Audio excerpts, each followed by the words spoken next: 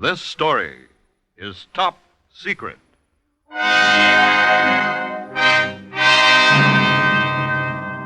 The new Top Secret show starring Ilona Massey as the Baroness Karen Geza in transcribed top secret stories of present-day intrigue and espionage, and brought to you now each Monday at this time. They are stories of a beautiful woman fighting in her own way with her own weapons for the cause of freedom, dignity, and peace. Tonight, Confession, a story that is top secret.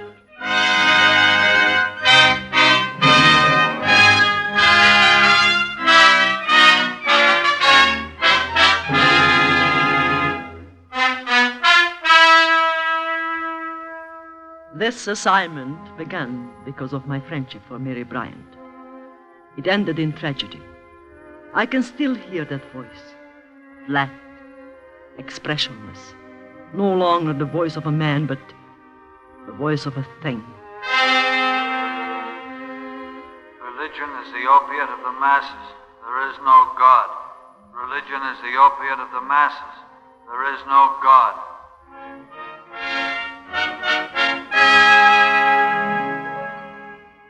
Over and over, with no meaning, no expression. This is what they did to Jerry Bryant. They broke his mind. I was given the assignment of finding Jerry Bryant and bringing him back because of a letter. A letter written to Mary, his wife. A strange, mysterious letter which no one could understand. There was evil in it, and danger. A danger that was intangible, unseen. 2 months ago, at 11 in the evening, my telephone rang.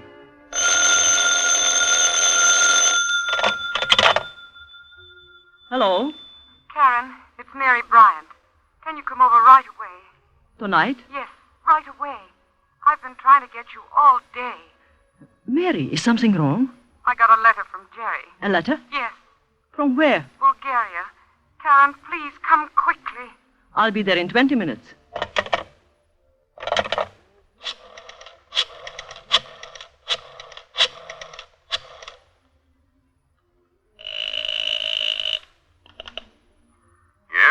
Mr. Hall.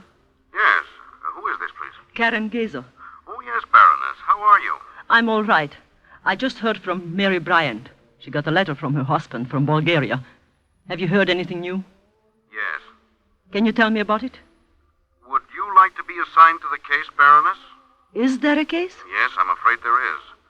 It would seem that your friend Jerry Bryant is a communist. Oh, but that is utterly ridiculous. I don't believe it. Well, can you come to my office in the morning? Certainly. Bring Mrs. Bryant with you. Yes. I've a recording I particularly want her to hear. A recording? Yes. Be in my office at 10 o'clock in the morning. Yes, Mr. Hall. Good night.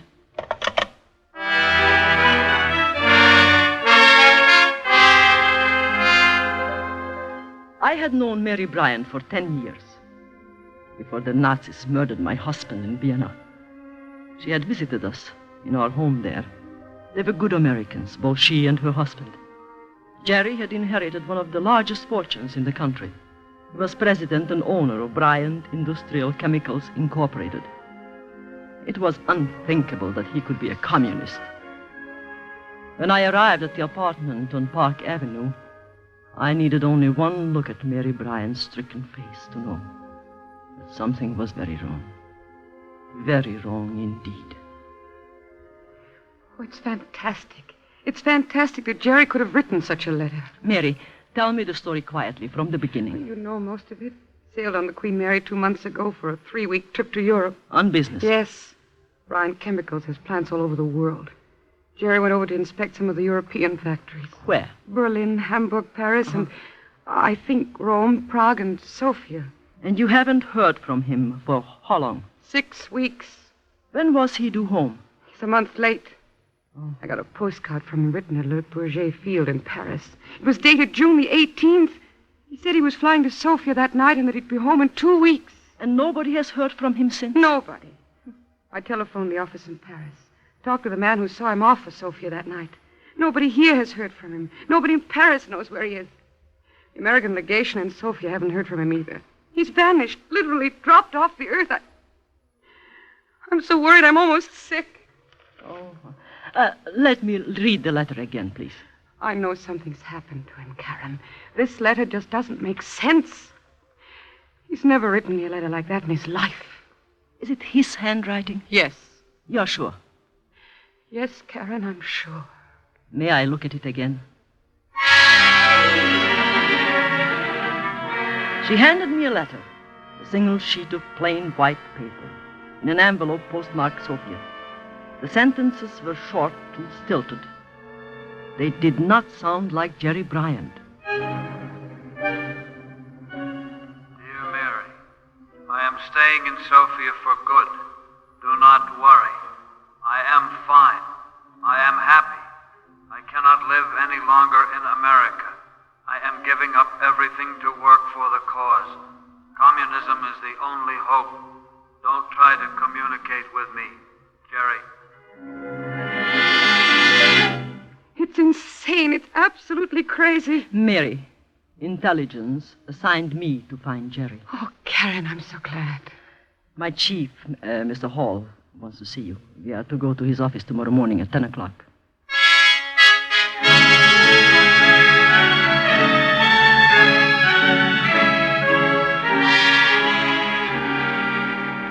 Of course, Mrs. Bryant, you understand that it is possible the letter is genuine. Mr. Hall, will you stop saying that, please?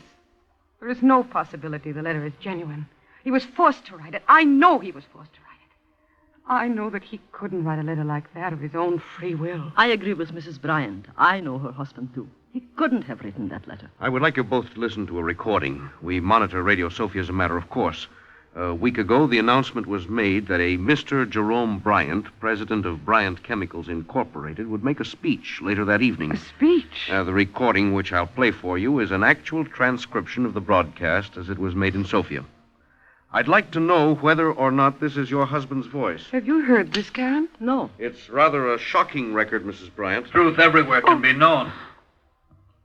This is Jerome Bryant of New York City. Yes, it's To you, him. I'm speaking from Sofia. Speaking to the world so that the truth everywhere can be known. I was a Wall Street warmonger. I am or was a member of one of the richest families in America. Was? What's What he I am saying? talking about, I know, and I quiet. swear it is the truth. Day after day, I attended meetings. Meetings held behind closed doors. Meetings at which Wall Street millionaires planned in human life their dealings, in suffering, in blood. Oh, he's crazy. They've America driven does him not crazy. care how much Please blood be is quiet, spilled as Mrs. long as the Bryant. dollars keep rolling in. I myself has participated in discussions where the subject was how much money could be made out of selling arms and ammunition to the poor half-savage natives to kill themselves with in civil war.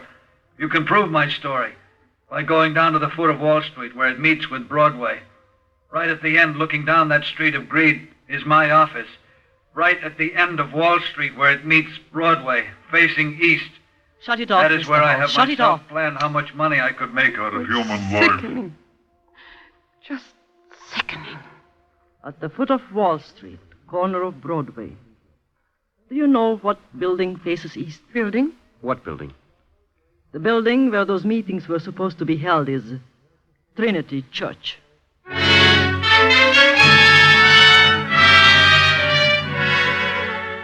That day, I began my preparations to go to Sofia and get Jerry Bryant. Intelligence took care of the details. Passports, visas, papers, Communist Party card, a letter of introduction from an American communist, whose name I cannot tell, but who is in reality one of our most trusted agents. I had one last interview with my chief, Grenville Hull. Well, Baroness, I guess we've thought of everything. Yes, except my contact in Sofia. He has a dozen names, a dozen professions. At the moment, he is a porter in the Royal Hotel. Oh. His name is Daudet, Franz Daudet. He was born in France, now is a naturalized American and one of our best operators. You will contact him by a number. A number? He has in his possession a U.S. $1 bill. The number is A12132068F. A12132068F. Right. Remember it, don't write it down. If we can get Jerome Bryant back here, we can prove that every so-called communist confession in the past has been extorted. I'll do everything I can. I know you will. But remember, this is completely unofficial, completely. In espionage, there is no protection in danger. No recognition, even in death. I know that, Mr. Hall. And I know, too, that my first mistake will be my last.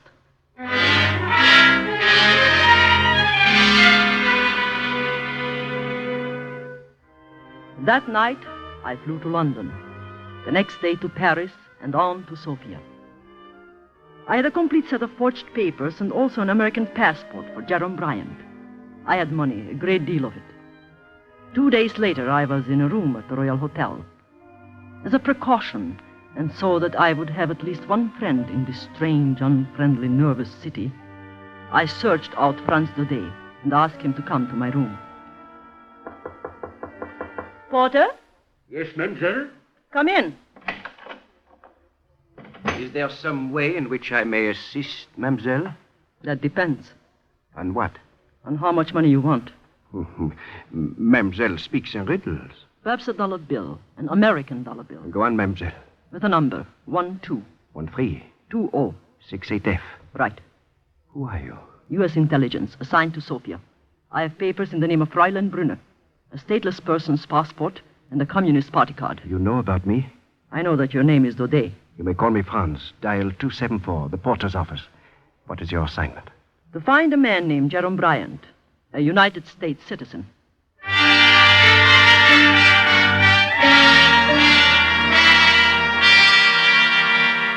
Then followed the months of total inaction. The long, slow struggle that only a spy can understand.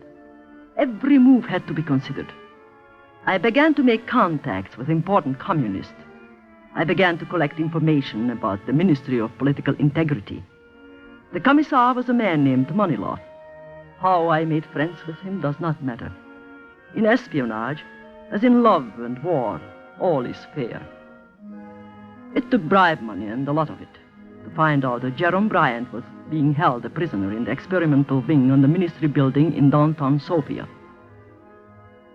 At the end of 2 months, Comrade Maniloff was in love with me. I encouraged him in every way I knew, and I know many, many ways. At last, after some rather strong drinks, he himself brought up the subject I had been wanting so long to discuss.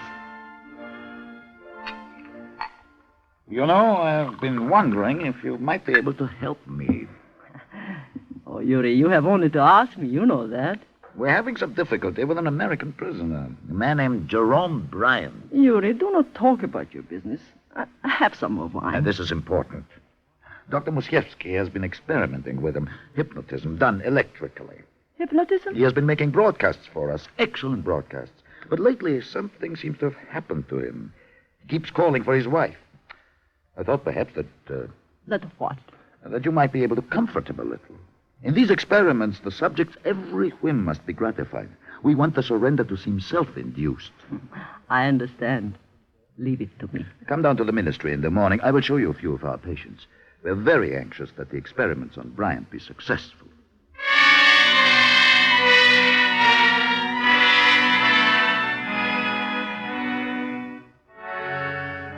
I could hardly conceal my excitement. It had been so easy, so absurdly easy. The next morning, I went to Maniloff's office. He took me into the east wing on the 2nd floor. I had been expecting a prison. Instead, behind 2 heavily locked doors was a bare wooden corridor. 20 rooms opened off this, 10 on each side. Comrade Maniloff showed me some of the cases. You might be amused at the woman in number 7. She loves to have people look at her. She was formerly very devout. Of course, since religion is merely an additional instrument of class dominance, men will soon not need it to reconcile themselves to life. Of course. Here is her room. Do not speak to her. Just stand in the door a moment. Dr. Musiewski has been working on her, but something went wrong. We are afraid she will not recover. Marriage will give place to a free union between man and woman. Marriage will give place to a free union between man What's the matter with her? We don't know. She goes like that all day. Free union between man and woman. Over and over. She never stops. Some mistakes are to be expected. Of course. Marriage will Goodbye. give to a free union believe she's deaf, too. Yuri, this is very uninteresting. Come and see Mr. Bryant. You say he's an American? Mm-hmm. We are striving for complete domination over his mind. Something has snapped. Dr. Mushevsky is giving him a treatment now. We hope to be able to bring him back. Now, this is it, number 14. Who is it? Comrade Manilov. Come in.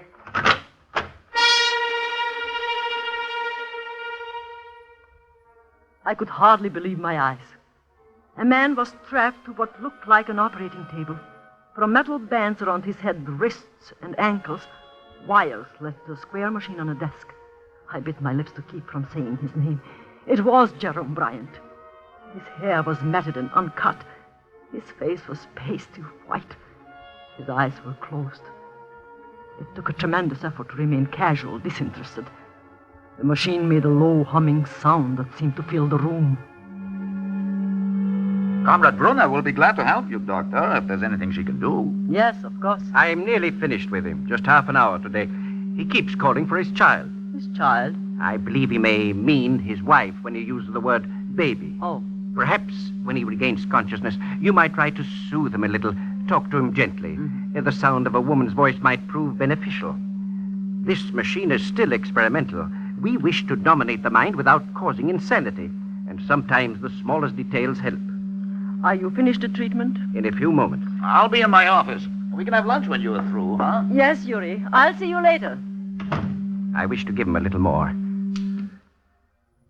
America is bad. America is bad.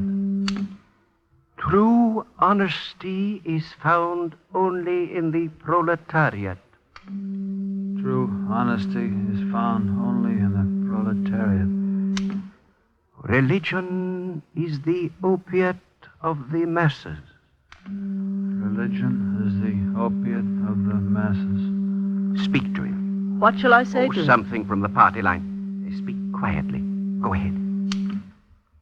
Democracy is intolerant and decadent. Democracy is intolerant and decadent. Good. Sometimes they will not react to any voice but mine.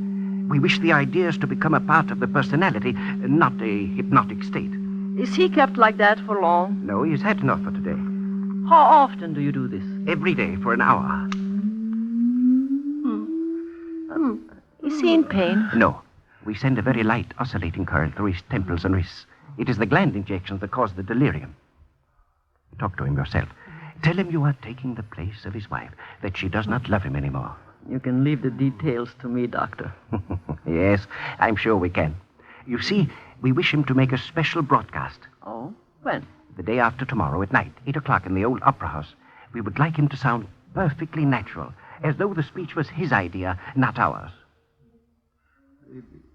Baby, There it is again, baby. I'm sure it is his wife. Say something. Jerry, darling, I'm your baby now. Smell my perfume. I'm your baby. Come on, smile for me. Well, Smile. I will leave you with him. You are doing splendidly. Your face is so hot, Jerry. Oh, poor baby, smile at me. If you want me, I will be across the hall. All right. Jerry, darling, smile at me. Jerry. Baby, I'm sick. I'm so sick. Jerry, look at me. It's Karen. Karen, open your eyes and look at me. Marriage will give place to a free union between man and woman. Marriage will... Jerry, what have they done to you? Jerry, listen, it's Karen. America is bad. America... No, Jerry, that's not true. I'm your friend. I'm Karen, Mary's friend. Mary? Mary's safe in New York. Jerry, listen. Can you understand me? Yes. They want you to make a broadcast. Not tomorrow night, the next night. Do you understand that? Yes. Do exactly what they ask. I'll try to come with you. Tell them you want to see me tomorrow and that you want me to come to the broadcast. Do you understand? True honesty is found only in the proletariat. True honesty... No! Jerry, no! Jerry, open your eyes. Yes, that's it. Now look at me. Look at me. I'm Karen. Yes. If I can get you out of this building, I can get you home. Do you understand that? Yes. Well, who am I? America is bad. America Jerry, is please, bad. please. America is trying to buy the world's Stop respect it. with money. Stop it, Jerry, America listen to me. is trying to buy the world's respect with Jerry, money. no. America is Jerry, trying to no. buy the world's Jerry, I'm respect with Karen. money. America Stop it. Stop it.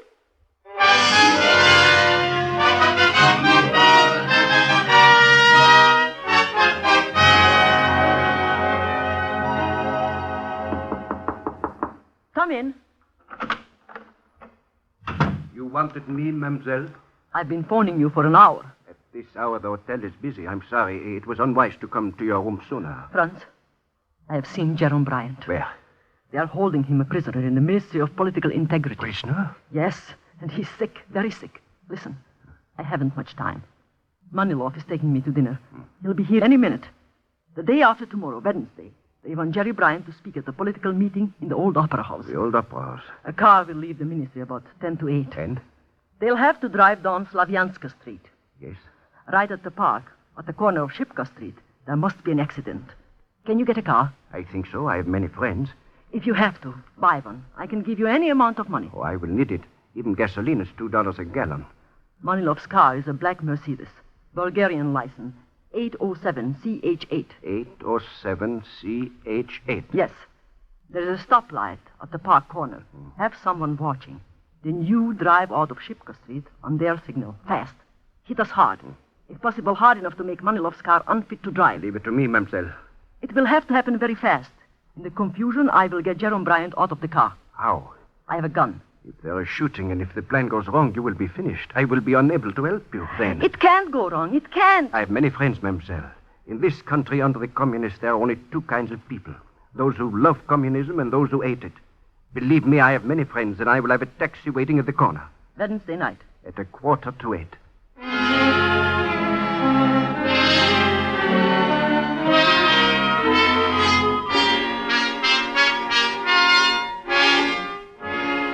Jerry, are you all right? All right. The doctor is coming. We are going for a drive in a car. Do you understand that? A drive. Yes. And there will be an accident. Accident. I told you. We have planned it. The minute it happens, you've got to get out of the car quickly. Do you understand? Understand. The very instant it happens, quickly. I'll be right beside you. Who are you? Karen. I'm Karen. I'm your friend. My friend. Shh. Here he comes. Well, Mr. Bryant, how are you feeling tonight? Hello, doctor. Tonight. Oh, you look very nice, Mr. Bryant. Shaved, dressed, very nice. She's my friend. Of course she is. And I am your doctor, remember? Comrade Manilov is downstairs with his car. We're going to take you to the opera house, and you are going to make a speech, aren't you? Yes. Good. Take his other arm. Yes. And remember, Mr. Bryant, we are all your friends. We are all very fond of you.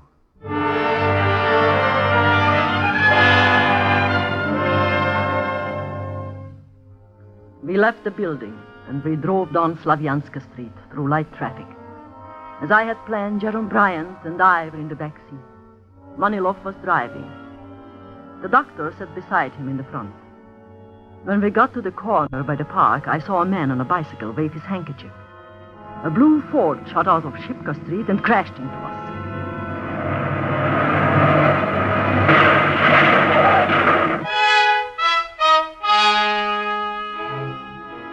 For a moment, we were stunned. The doctor hit his head on the dashboard and slumped down unconscious. I kept Manilov covered with my gun. And then Jerome Bryant started to cry, and he wouldn't move. He just sat there, babbling. In a matter of seconds, a crowd collected. A policeman helped Manilov out of the car, and in a few seconds, the whole scheme had backfired.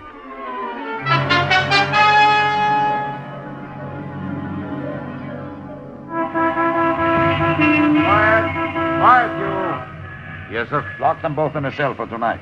In the morning, they're to be brought to my office in the Ministry of Political Integrity. Yes, sir. And guard the woman well. She's not what I thought. Yes, sir. I will not forget this, Fräulein Brunner.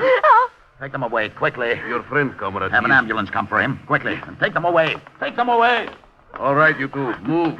Please do not hurt him. He's ill, very ill. Wall Street warmongers are causing the war. Lean on me, Jerry. The Wall Here. Street warmongers Take my are arm. causing the war. Will you shut up? Will you stop it? Stop it. Baroness.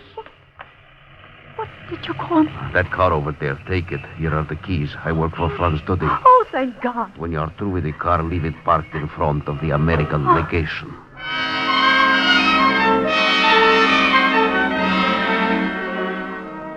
3 hours later, Jerome Bryant and I were on a plane to Paris. The next day at noon, we took off from Paris for New York.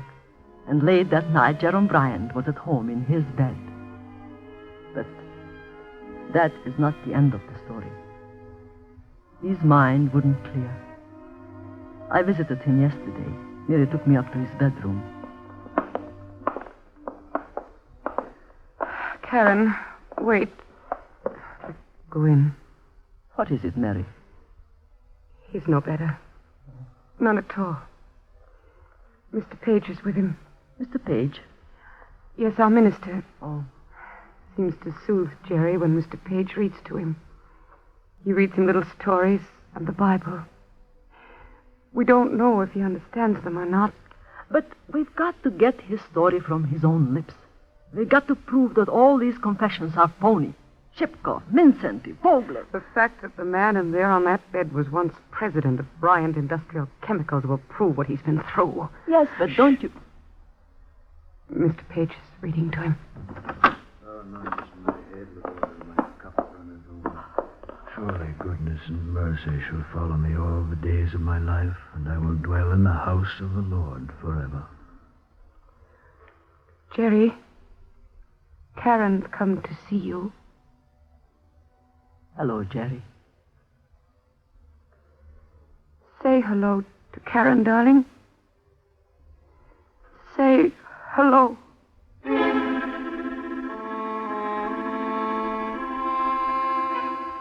The figure on the bed didn't say anything. He didn't have to.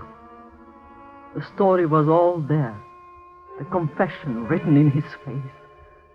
Written in his staring, vacant eyes. Written by the communists. Written in red.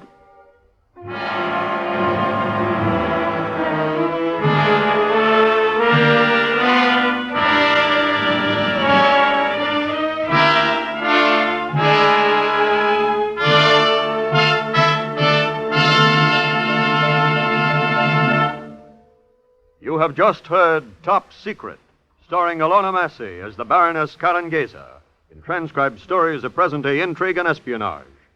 Here she is now to tell you about coming events on Top Secret. We hope you'll join us each Monday at this time for Top Secret, and that you'll make a special point of hearing next week's story. It is the story of Basil Kajan, international scientist and murderer. It is the story of this man's attempt to block American diplomacy in French Indochina. A story of murder and terror on the San Francisco waterfront. It is still marked Top Secret. Good night, everybody.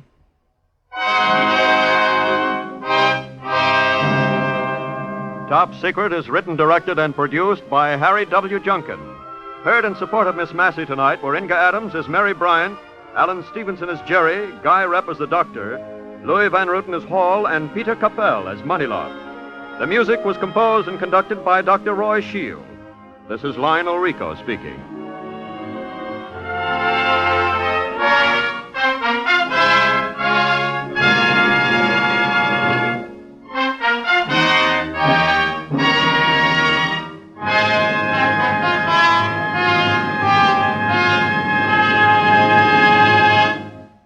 Top Secret stories are entirely fictional. Any similarity is purely coincidental. Make a date with Fibber McGee and People Are Funny tomorrow on NBC.